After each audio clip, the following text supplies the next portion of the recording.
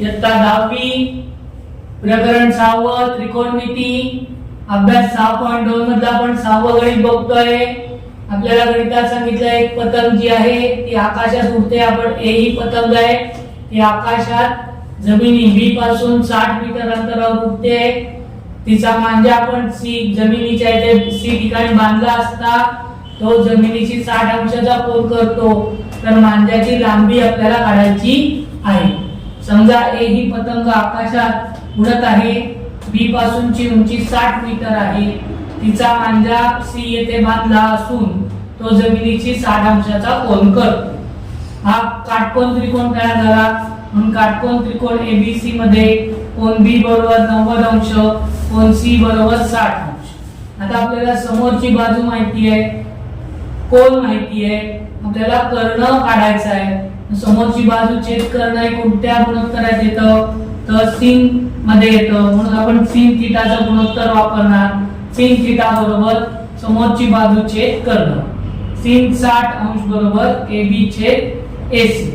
60 sin 60 ची किंमत आहे वर्गमुळात 3/2 बरोबर AB ची किंमत आहे 60 छेद AC। हे वर्गमुळात 2 जे आहेत ते आपण उजव्या बाजूला जाताना भागिले होणार आहे, पण भागिलेच्या विरुद्ध उलट करून गुणिले, म्हणून आपण लिहिणार AC बरोबर 60 गुणिले 2 छेद वर्गमुळात 3।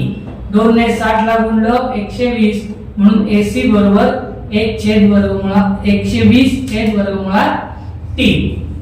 आता वर्गमुळात 3 ने आपण अंशाला आणि छेदाला गुणणार, म्हणून AC बरोबर 120 गुणिले वर्गमुळात 3 छेद वर्गमुळात 3 गुणिले वर्गमुळात 3।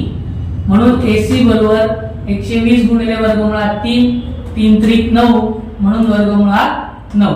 AC बरोबर 120 गुणिले याची किंमत आहे 1.73, वर्गमुळात 9 चं वर्गमूळ येतं 3, म्हणून AC बरोबर 120 गुणिले 1.73 छेद 3, 3 ने भागलं 3 एके 3, 3 चौक 12 40, म्हणून AC बरोबर 40 गुणिले 1.73।